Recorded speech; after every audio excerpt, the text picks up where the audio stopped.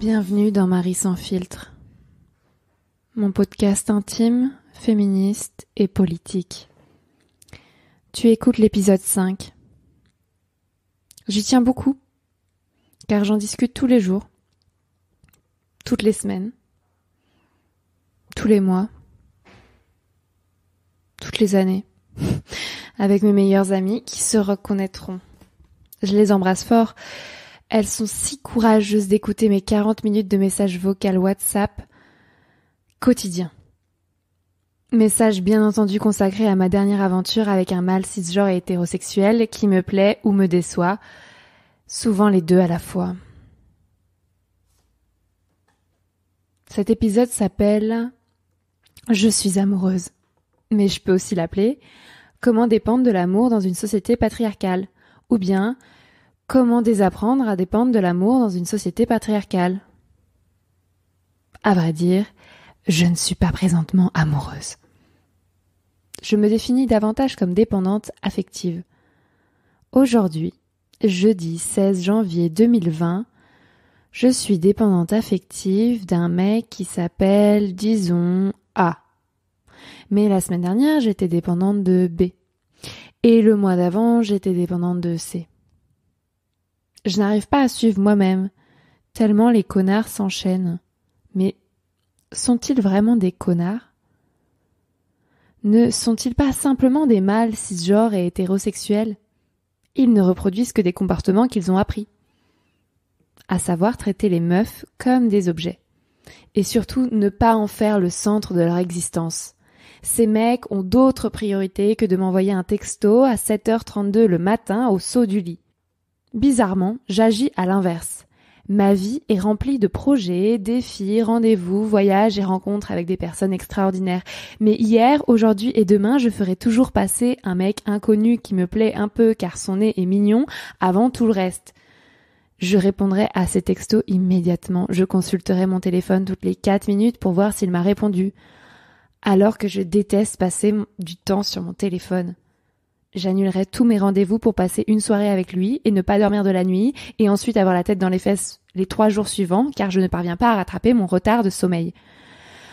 Bref, ma vie peut tourner autour d'une personne que je ne connais pas et que je n'aime pas vraiment pour la simple raison que j'en suis dépendante. Mais pourquoi ? Et comment sortir de cette dépendance affective ? Que je ne suis pas la seule à vivre, j'en ai la preuve tout autour de moi. Peut-être même que toi aussi, tu te reconnais dans ma description. Eh bien, surprise, nous pouvons en sortir. Je te raconte mes récentes avancées dans cet épisode. Alors, pour commencer, je tiens à te donner un exemple de dépendance affective, tout à fait classique. Je raconte des événements réels qui se sont déroulés à la fin de l'année 2018. Il y a plus d'1 an, je suis tombée amoureuse, entre guillemets, d'un mec que j'appellerai Thomas dans cet épisode, car je fais attention à l'anonymat des connards. Je doute qu'il l'écoute un jour, mais sait-on jamais. J'ai souffert pendant des mois de cette relation qui a duré à peine quelques jours. J'ai souffert de ma dépendance affective, de son comportement à mon égard et de la honte et de la culpabilité que j'ai ressentie ensuite. J'ai beaucoup appris de cette expérience, c'est pourquoi je la prends en exemple. Avant de te raconter, je précise une notion très importante des relations amoureuses et sexuelles dans un cadre hétérosexuel. Mais elle s'applique aussi aux relations homosexuelles. Elle s'appelle le ghosting. Tu sais, j'écris un roman en ce moment et je définis le ghosting comme suit. Ghoster, faire le fantôme en anglais, consiste à ne plus donner de nouvelles à une personne pour s'en éloigner du jour au lendemain. En pratique, ghoster signifie que la personne chérie ne m'envoie plus de messages, ne répond plus à mes appels et me pose des lapins pour progressivement m'oublier sans qu'elle ne m'explique jamais la raison de son départ. Bon, les définitions du ghosting diffèrent selon les personnes et les situations, mais tu as compris le principe. Personnellement, je souffre davantage d'une personne qui me ghoste que d'une personne qui m'explique qu'elle ne veut plus me voir une bonne fois pour toutes. Je préfère savoir et passer à autre chose qu'attendre des jours, des semaines ou des mois des nouvelles de quelqu'un qui n'en donnera jamais. À l'été 2019, j'ai été dépendante d'un mec que j'appelle D et qui répondait à mes textos tous les 5 jours en moyenne. J'ai cru que j'allais crever tellement je souffrais de ce ghosting. Bon, c'était pas vraiment un ghosting, mais je l'ai vécu comme ça. Je me posais 10 000 questions, je me sentais angoissée, trahie et en colère. J'allais vérifier la boîte aux lettres toutes les heures, car le mec m'avait promis de m'envoyer une lettre par la poste. Au bout de quelques semaines, j'étais tellement dépitée que j'ai décidé de passer à autre chose. Et c'est là que j'ai enfin reçu sa lettre. Trop tard. Son comportement distant avait eu raison de mon prétendu amour. Je me souviens qu'une amie m'avait envoyé un message énervé contre ce mec qui mettait 10 ans à répondre à mes textos. J'ai tellement ri en le lisant. Le voici. Il est juste relou et on l'emmerde, comme si écrire un SMS pouvait le tuer. Ils me saoulent tous à faire leur diva. Taper quelques lignes sur un portable, c'est pas le bout du monde, et ils en font toute une affaire. Je relis ce message à chaque fois que les mecs me saoulent, c'est-à-dire tous les jours. Bref, les hommes ne prennent pas le temps de nous répondre, nous les meufs hétéros, bon je ne suis pas hétéro mais je simplifie, on attend de leurs nouvelles en souffrant. Il faut en sortir. Ah mais je ne t'ai toujours pas raconté mon histoire avec Thomas. C'est un exemple parfait de mon propos féministe. Bonne écoute. 26 novembre 2018. Je passe quelques jours chez ma grand-mère maternelle. J'arrête les antidépresseurs. J'ovule. Je me réveille avec une libido jamais ressentie depuis 6 mois. Je réfléchis comment séduire tout de suite, maintenant. Je pense aux applications mobiles de rencontres. Tinder me lasse. Ma meilleure amie Tara utilise OkCupid. Je tente ma chance.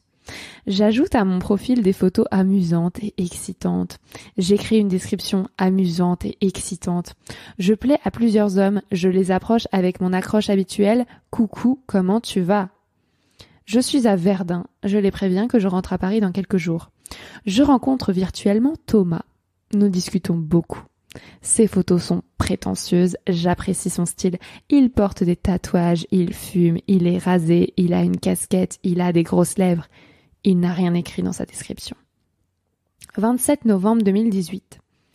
Je fonds. Thomas me plaît beaucoup. Il me drague, moi aussi. Je fantasme. Je me masturbe avec lui en tête. Je jouis. 28 novembre 2018. Mamie m'emmène au bal des seniors. Je danse beaucoup. J'ai mal au ventre. L'arrêt des antidépresseurs, sans doute. Je confie à Thomas par message que je me masturbe en pensant à lui. Il est excité. Nous parlons de sexe. Il veut me voir le soir de mon retour à Paris. Je ne suis pas libre, j'ai un autre rendez-vous, je lui écris. 29 novembre 2018. Je quitte Verdun. L'homme que je dois rencontrer le soir même annule notre rendez-vous. Thomas en est heureux. Il propose de m'attendre à 22h devant le centre d'animation où j'ai cours de théâtre. Je suis excitée. Je me sens heureuse de rentrer à Paris. Une fois n'est pas coutume. Mais je pleure dans le bus car je quitte ma grand-mère pour plusieurs mois. Je me sens anxieuse pendant mon cours de théâtre. Je crains la déception. Je place d'immenses espoirs en lui. Un camarade de jeu tente de me rassurer. C'est peut-être l'amour de ta vie. Je sors la dernière du centre d'animation. Je me sens mal. J'aperçois Thomas sur le trottoir opposé. Je suis déçue tout de suite. Il me semble petit recroquevillé. Il n'est ni petit, ni recroquevillé. Il m'attend. Je prends un paquet d'amandes des mains de mon partenaire de jeu et je me dirige vers Thomas. Je lui fais la bise. Je suis très déçue. Il est laid, il ne porte pas de casquette.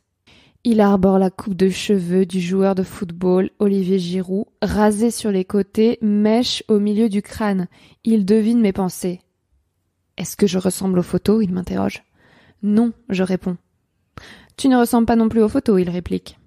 Je lui offre des amandes, mal à l'aise. Je le dirige vers le bar situé en face de mon appartement. Nous nous installons. Il prend une pinte de bière pour lui, une pour moi.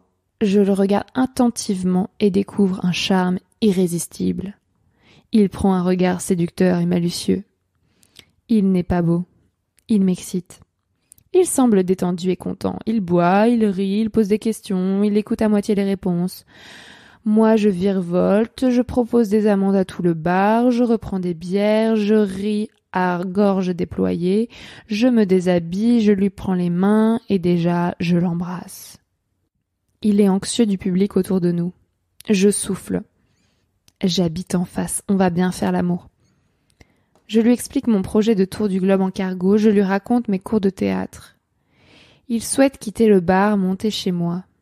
J'insiste pour partager l'addition. Nous rentrons dans mon immeuble. Il fume sur mon balcon. Nous nous embrassons, nous nous déshabillons, nous faisons l'amour. Je me rappelle plus, je suis fatiguée et ivre. Il met son sexe dans mon vagin, avec puis sans préservatif. Il me sodomise à ma demande. Je le suce longtemps. Il me lèche 3 minutes. Il jouit 4 fois, moi 2. Je me masturbe pendant qu'il me pénètre. Il porte un peu de gras sur le ventre, des bonnes fesses. Il a perdu ses pectoraux depuis une opération du cœur l'été dernier. Il a arrêté le sport, il fume un paquet de cigarettes par jour. Mais ses biceps me font plaisir. Il s'endort après le sexe vers 4 heures du matin. Je n'entends pas sa respiration. Il reste sur le ventre, loin de mon corps, ne me touche pas de la nuit. Je me sens toujours anxieuse. Un inconnu dort dans mon lit, je n'ai pas fait l'amour depuis 5 mois. Je ne ferme pas l'œil.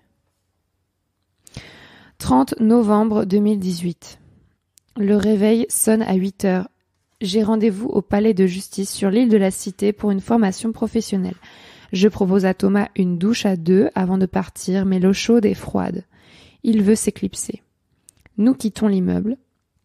Il prend la direction opposée. J'arrive au palais de justice en retard. La formation est annulée. Je reçois un message de Thomas sur OkCupid. Quelle nuit! Il est 9 heures du matin. Je lui demande son numéro de téléphone. Je l'ajoute sur Facebook et Instagram. Je suis amoureuse. Je lui dis je t'aime. Il répond gêné, moi aussi. Cela n'engage à rien, je justifie. J'exprime ce que je ressens au moment présent. Ma journée est vide. Je rêve de le retrouver. Il travaille dans une boutique de sacs à dos à Paris. Nous prévoyons de nous revoir dans quelques jours. Je prends le train pour Versailles. Je rentre chez un coiffeur pour hommes et demande une tonte à 7 mm. Je me sens belle, je le dis à Thomas. Je rentre chez mes parents, coincée dans un village de banlieue. Je raconte à ma famille que je suis amoureuse. Je me couche pour rattraper le sommeil. Je prends une douche, je lui envoie des photos nues. Nous nous excitons mutuellement par message. Nous nous masturbons chacune de notre côté en pensant à l'autre. Je prépare ma candidature au concours de la jeune reporter d'un magazine de reportage, avec pour thème mon tour du globe en cargo. Comme ça, j'oublie mon téléphone portable pendant 2 heures. Je découvre la musique électronique du groupe de Thomas sur YouTube. J'écoute en boucle l'un de leurs titres. 1er décembre 2018. Je fais la tournée des médecins, dentistes et ophtalmos. Je visite la maison atelier de l'artiste franco-japonais Fujita à Villiers-le-Bacle avec mes parents. Je passe la soirée devant l'émission de télé-réalité Danse avec les stars avec ma sœur. Je visite OkCupid pour la première fois, depuis ma rencontre avec Thomas. J'engage la conversation avec un ami de Thomas que je repère sur l'application. Les deux passent leur soirée ensemble, ils font la fête. Je rêve de les rejoindre. Je dis à cet ami « J'ai envie de te voir ». Il montre mon message à Thomas qui devient fou. Il est jaloux, je me sens coupable, je crains de le perdre. Il m'écrit sur Facebook « Va te faire foutre, allez, salut ». Je tente les excuses, je téléphone à ma meilleure amie Tara. Je vis le début des problèmes par ma faute. 2 décembre 2018. Je passe la journée au centre commercial avec ma sœur. Nous préparons des paquets cadeaux devant un grand magasin au bénéfice d'une association caritative. Je me sens anxieuse. Thomas revient sur ses paroles, il accepte que nous passions la soirée ensemble. L'excitation monte. Les minutes me paraissent des heures. À 18h, je prends les transports en commun. Il me faut 1h30 pour rejoindre le centre de Paris où nous avons rendez-vous. Je l'attends dans le froid, en mini-jupe, à la sortie du métro Oberkampf. Il arrive, Il est beau avec sa casquette et une veste qui appartient à son ex-copine. Je l'embrasse sur les lèvres et je lui prends la main. Nous marchons jusqu'au bureau de tabac pour acheter des cigarettes. À la supérette, nous choisissons un menu et une bouteille de vin rouge. Il paie. Nous rentrons chez lui. Il vit dans un studio minuscule de la rue Saint-Maur. C'est propre, sans charme. Je prépare les pâtes, je le suce pour sentir son sperme dans ma bouche, il me pénètre, nous nous tenons debout dans la cuisine. Nous mangeons, puis nous ouvrons son canapé lit pour faire l'amour, je prends des photos avec son téléphone portable, ses néons diffusent une lumière verte. Je poste un cliché sur Instagram, Thomas s'endort, il ronfle. Je dors mal, je me sens chez un étranger. 3 décembre 2018. Le réveil sonne, j'initie un rapport sexuel qu'il ne souhaite pas. Il se laisse faire, l'envie surgit, il me pénètre. Je prends une douche seule. Je pars travailler en métro. Je pense à lui. Je dîne avec ma meilleure amie Tara. J'appelle Thomas à mon retour.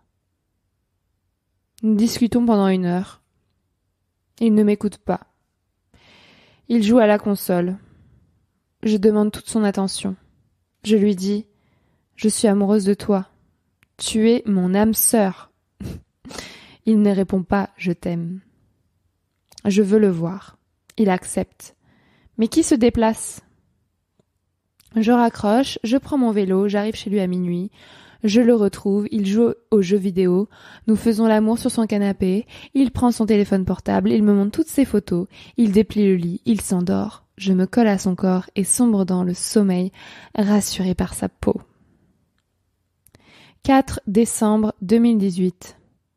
Au réveil, je n'initie pas de rapport sexuel, je prends une douche, le quitte pour rejoindre ma kiné, mon sexe brûle. 5 décembre 2018, j'attrape une mycose vaginale, je me soigne à la maison. Je réfléchis à une soirée pour fêter le départ de mon tour du globe en cargo. Je convie Thomas, heureux de l'invitation. 6 décembre 2018. Thomas et moi convenons d'un nouveau rendez-vous après mon cours de théâtre. À ma sortie du travail, je lui envoie un message pour confirmer. Il m'informe qu'il n'en a plus envie. Il se repose chez lui. Je m'effondre. Je me rappelle ce qu'un ami lui a lancé quelques jours plus tôt à mon propos. « Elle est vraiment folle, celle-là, tu n'attires que les folles. » Thomas me pose un premier lapin et j'explose. « C'est quoi le problème ?» je l'interroge. « J'ai fait quelque chose qu'il ne fallait pas ?»« Non, non, il répond. De toute façon, tu n'auras aucun mal à trouver un autre mec à la sortie de ton cours de théâtre. » Il est jaloux. Je vrille.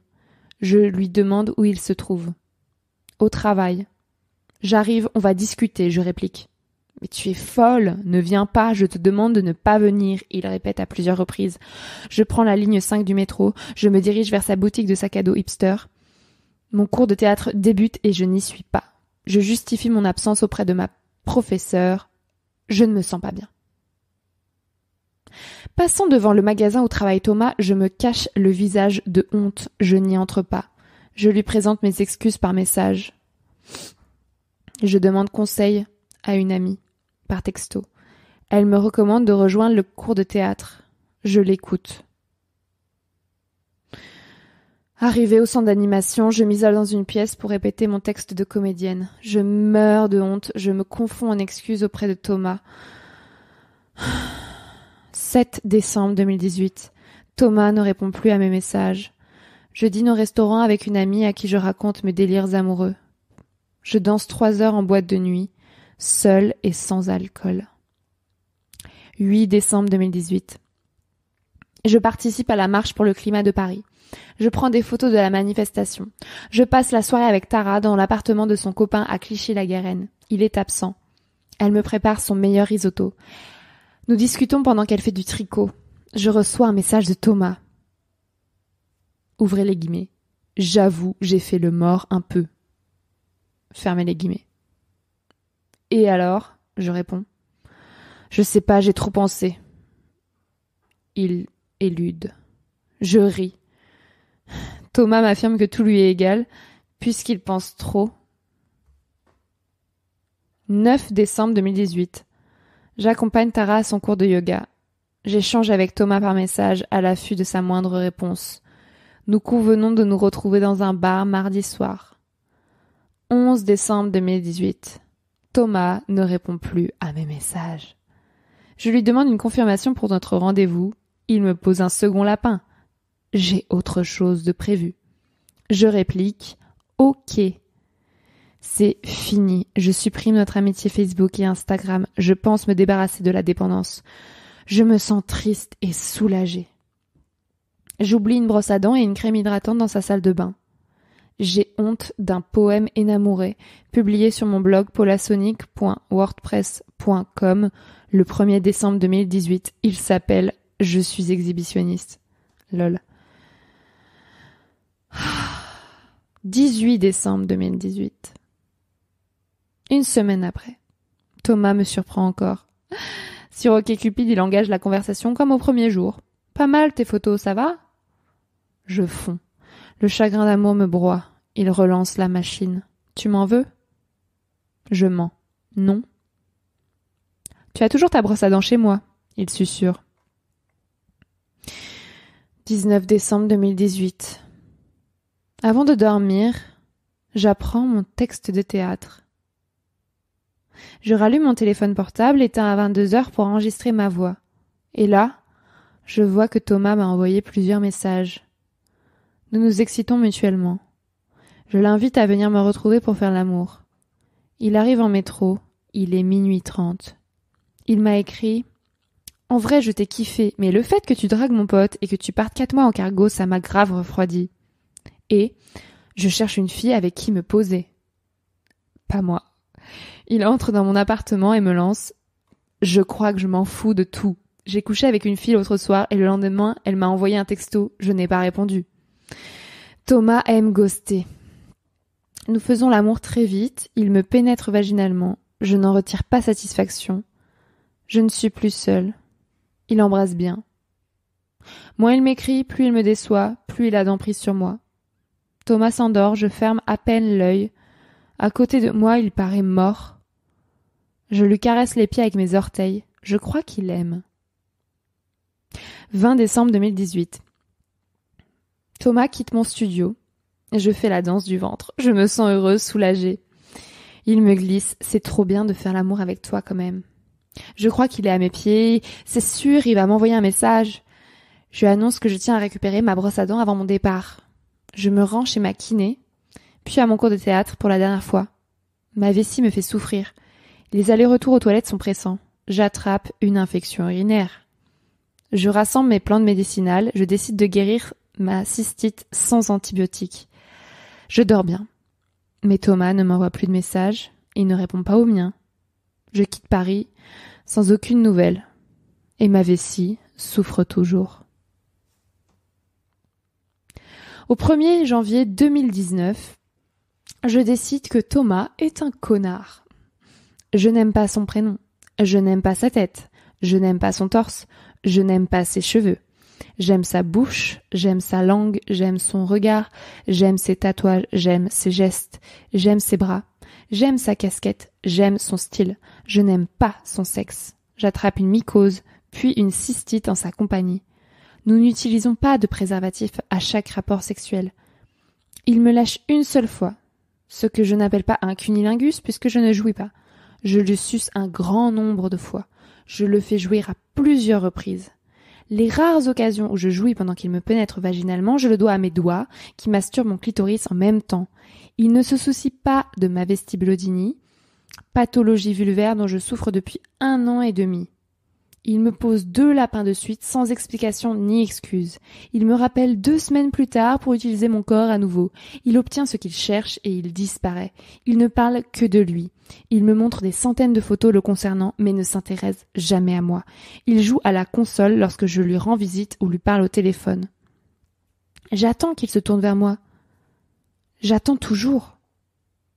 La seule fois où je mange chez lui, c'est moi qui cuisine. Il se dit féministe. Mais mes poils le dérangent. Il me demande d'épiler mes aisselles. Quand nous nous voyons, il refuse de se déplacer. C'est moi qui prends mon vélo pour aller chez lui. Thomas est paresseux, égoïste, sûr de lui et ennuyeux. Il n'arrive pas à se concentrer, reste scotché à son téléphone portable même lorsque nous faisons l'amour. Il me traite comme un objet. Je me persuade peu à peu que je suis un objet. Je ne mérite pas mieux. Je tombe amoureuse de lui. Je lui fais de grandes déclarations. Je lui saute dessus. Je le harcèle. Je me culpabilise pour tout cela. Mais je ne lui en veux jamais. Je vaux mieux que Thomas. Je mérite le respect. Je n'ai pas besoin de lui, ni des autres. Je me suffis à moi-même. Je ne le contacte plus. Je ne lui réponds plus. Te raconter mon histoire avec Thomas aujourd'hui referme déjà une plaie. Après Thomas, je suis partie au Havre pour embarquer sur un cargo qui m'a fait voyager pendant 4 mois autour du globe. Je parlerai de ce voyage dans un prochain épisode, de janvier à mai 2019. Je lui ai envoyé un message d'adieu, mais il n'a jamais répondu. À mon retour en France en mai 2019, j'ai reçu un message de Thomas sur Instagram contenant 4 mots. « Alors, tu as kiffé ?» Il parlait sans doute de mon voyage en cargo, pas de notre relation. Je ne lui ai jamais répondu. Il m'a fallu attendre juin 2019 pour commencer à l'oublier vraiment. J'ai mis 6 mois à me remettre de Thomas. Et j'écris toujours sur lui aujourd'hui. Quelle leçon en tirer ? Simplement que je dois sortir de la dépendance affective. Mais comment ? Après Thomas, je suis retombée 2 fois dedans. Je t'ai déjà raconté mon histoire avec D à l'été 2019. Tu sais, le mec qui devait m'envoyer une lettre.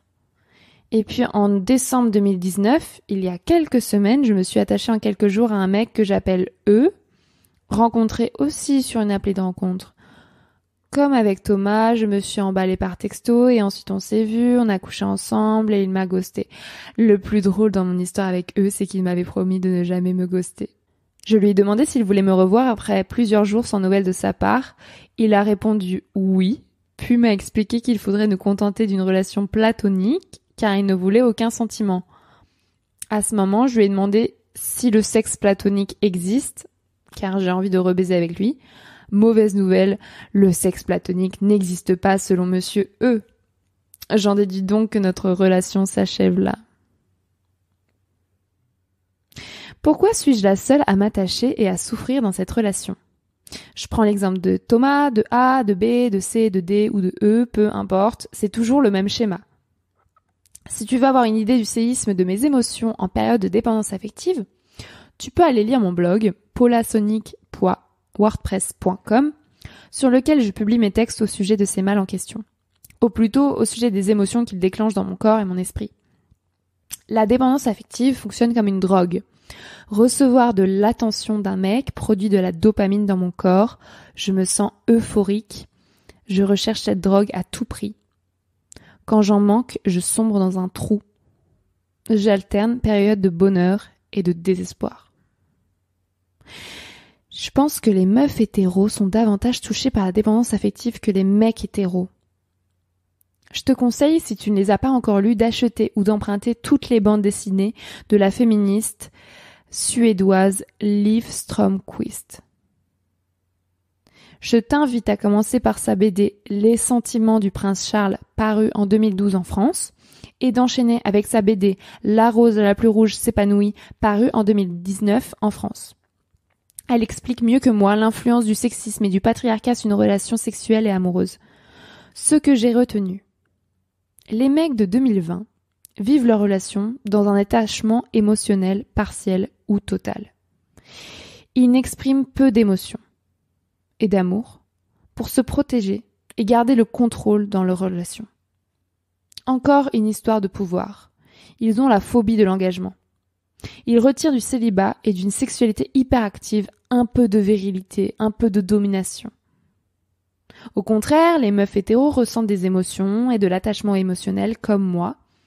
Elles ne peuvent malheureusement pas l'exprimer, sinon le mec fuit, comme Thomas. Et comme A, B, C, D et E. Les meufs sont donc contraintes de jouer la distance elles aussi. Elles font semblant de se détacher émotionnellement pour imiter les mecs et paraître cool. C'est la bonne vieille technique que mes potes me rabâchent. Si tu le fuis, il va te suivre. Inversement, si tu le suis, il va te fuir. En fait, moi, j'ai jamais réussi à mettre en place cette technique car, comme tu le sais, je n'ai aucun filtre. Récemment, je me suis rendu compte que je ne m'attache qu'à des mecs émotionnellement inaccessibles, comme les appelle Liv Strömquist. Car tous les mecs ne le sont pas, attention. Selon l'autrice suédoise, il se peut que je sois attirée par des mecs impossibles, car je sais que notre relation est vouée à l'échec dès le départ. Tu sais, je déteste et j'ai peur des hommes. Pour éviter de me mettre en couple avec eux, je ne fais du sexe qu'avec des hommes qui me repousseront tôt ou tard. Ainsi, je suis sûre de rester célibataire et je continue mon cercle vicieux. Tous les mecs sont des connards. Je demeure dans mes certitudes. Du côté américain, l'autrice Blythe Robertson, j'ignore comment prononcer son nom, a écrit quant à elle une Bible pour les personnes comme moi, intitulée How to Date Men When You Hate Men. Je traduis ce titre par Comment sortir avec des hommes quand on déteste les hommes. J'ai commencé son essai, mais je suis incapable de le poursuivre pour l'instant, tant elle m'angoisse. Je réalise que mes expériences ne sont pas personnelles, elles sont générales. Toutes les femmes hétéros les partagent. Ça m'angoisse. Numéro 1. Les hommes m'oppressent. Numéro 2. Les hommes m'obsèdent. Numéro 3. Le fait que les hommes m'obsèdent m'oppresse. Pourtant, le titre du livre de Blythe Robertson est porteur d'espoir. Je vais donc le reprendre. Tu dois absolument le lire toi aussi, mais je crois que la version française n'est pas encore parue. Pour te résumer ma pensée et mes découvertes. Je déteste les hommes. Cette haine à elle seule fera l'objet d'un prochain épisode. Et j'ai peur des hommes. Les deux en même temps, bien entendu. Ma psy m'a dit « Vous avez la phobie de la bite ». Ah oui, parce que je souffre aussi d'une forme de vaginisme appelée vestibulodynie, qui s'est développée après des relations sexuelles douloureuses à répétition. En fait, aujourd'hui, j'ai mal à la vulve H24 et je tente de guérir ma vestibulodynie sans recevoir grand soutien des principaux responsables, les mecs. Ma vestibulodynie fera aussi l'objet d'un prochain épisode. Tu vas donc me dire, mais pourquoi continues-tu à baiser des mecs s'ils te font du mal ? Pourquoi continues-tu à tomber amoureuse de mecs qui te traitent comme une merde, Marie ? Très bonne question. En effet, je suis pansexuelle, je n'ai pas besoin des mecs pour faire du sexe ou tomber amoureuse en théorie. J'hésite depuis plusieurs mois à quitter Paris pour me retirer dans une communauté anarchiste lesbienne à la campagne. Je ne rigole pas. Ainsi, je ne côtoierai plus jamais de mâles cisgenres et hétérosexuels de ma vie. Je pense d'ailleurs au festival queer et féministe des sexes et des femmes, organisé à Paris en septembre 2019 avec pour thème « Sortir de l'hétérosexualité ». Ce festival a fait le buzz, alors que sa proposition était très simple, très logique. Bon, je n'ai pas participé à ce festival, j'étais en voyage, et c'est sans doute la raison pour laquelle je n'ai pas encore déménagé dans une communauté lesbienne. J'essaie une autre technique pour sortir de la dépendance affective. Je multiplie les exercices pratiques avec les mâles cisgenres et hétérosexuels en question. Je me dis, si j'arrive à maintenir sur le temps long des relations simples et sereines avec eux, alors j'aurai gagné. Je vis peut-être dans une utopie, mais j'essaie. Ces personnes constituent la moitié de l'humanité, je ne pourrais pas les éviter toute ma vie, ni m'empêcher de les baiser. Je t'ai déjà dit que le sexe est mon plus grand plaisir terrestre. Alors, je passe à l'exercice pratique. Comment faire pour sortir de la dépendance affective et nouer des relations simples et sereines avec mon partenaire ou ma partenaire, car la dépendance affective peut aussi intervenir dans des relations homo. Règle numéro 1. Prendre au quotidien des initiatives sans demander de conseils ni de validation de personne. Bon, ça je le fais tous les jours. Et toi ? Règle numéro 2. Lister tout ce que j'ai accompli dans ma vie, sans négliger les petites choses, sans l'aide de personne. Bon, alors, j'ai écrit un roman, j'ai créé 6 blogs, j'ai fait le tour du globe en cargo, j'ai marché de Paris à Compostelle à pied, j'ai créé le podcast Marie sans filtre, j'ai fait un tour de France des lieux de la Seconde Guerre mondiale en vélo et en train, j'ai écrit plusieurs articles publiés dans la presse française, et bien d'autres choses que j'oublie. Et toi ? Règle numéro 3. Me réserver des journées personnelles pendant lesquelles je ne me consacre qu'à ce que j'aime vraiment faire sans l'aide de personne. C'est le self-care prendre soin de soi en anglais. Je prends un bain. Je pars nager à la piscine. Je fais une séance de yoga. Je fais une séance de méditation. Je lis un roman. Je regarde une série. Je cuisine un bon plat pour moi. J'écoute un podcast en marchant dans Paris. Et toi? Règle numéro 4. Ne pas donner des marques d'affection dans le but d'en recevoir, mais attendre de ressentir les choses pour les exprimer. J'inclus dans cette règle ne pas harceler la personne désirée. J'attends de la connaître vraiment pour lui exprimer éventuellement l'amour que je ressens pour elle. J'applique davantage cette règle aujourd'hui. Par exemple, je ne dis plus je t'aime le premier soir. Je ne fais pas de plan sur la comète avec un mec que je viens de rencontrer. Je te promets. Règle numéro 5. Éviter les « tu m'aimes ? Tu penses à quoi ? Tu étais avec qui au téléphone ?» qui expriment davantage ma dépendance et ma fragilité que mon amour. Règle numéro 6.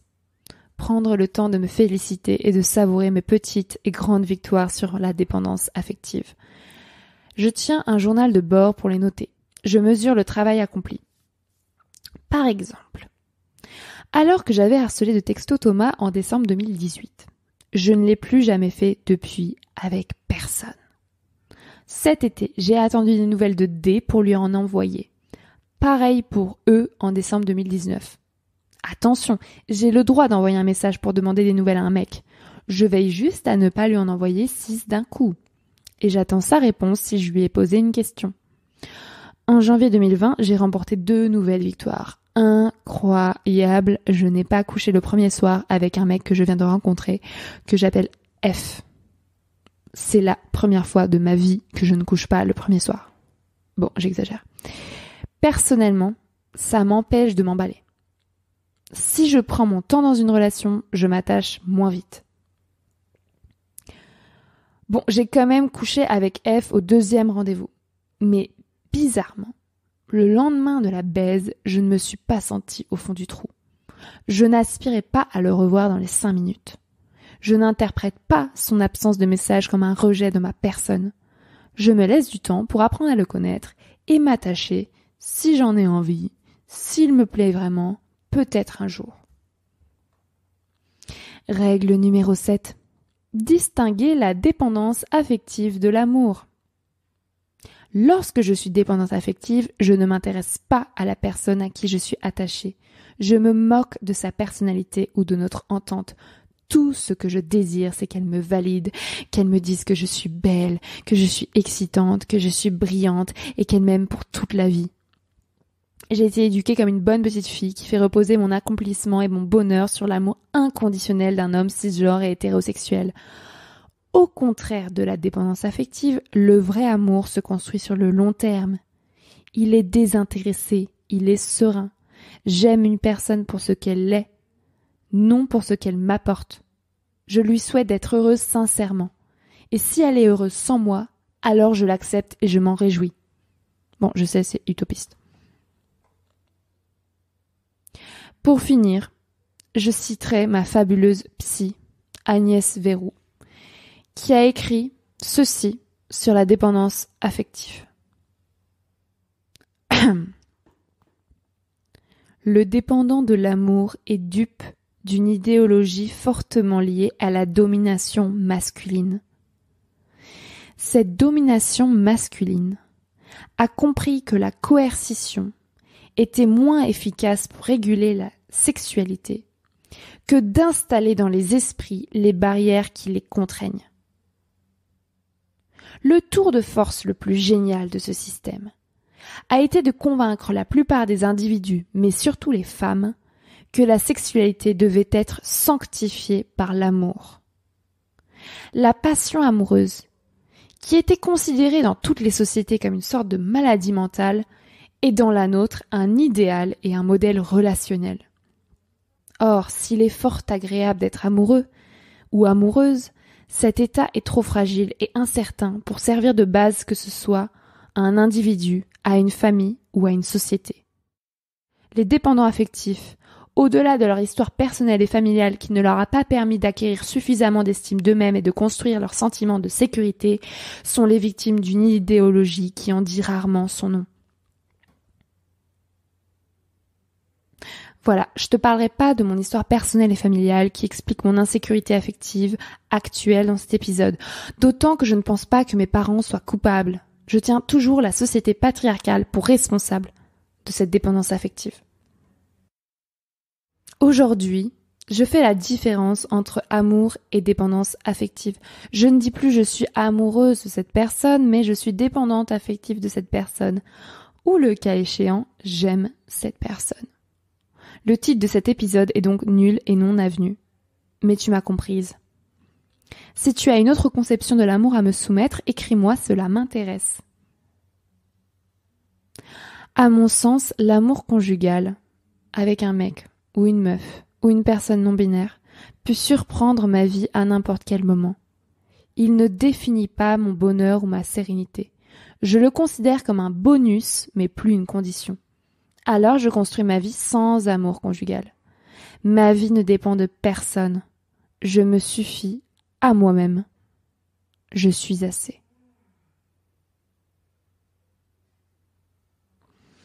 Merci pour ton écoute. Si tu as aimé cet épisode de mon podcast Marie sans filtre, je t'invite à faire ce qui compte vraiment, le partager autour de toi.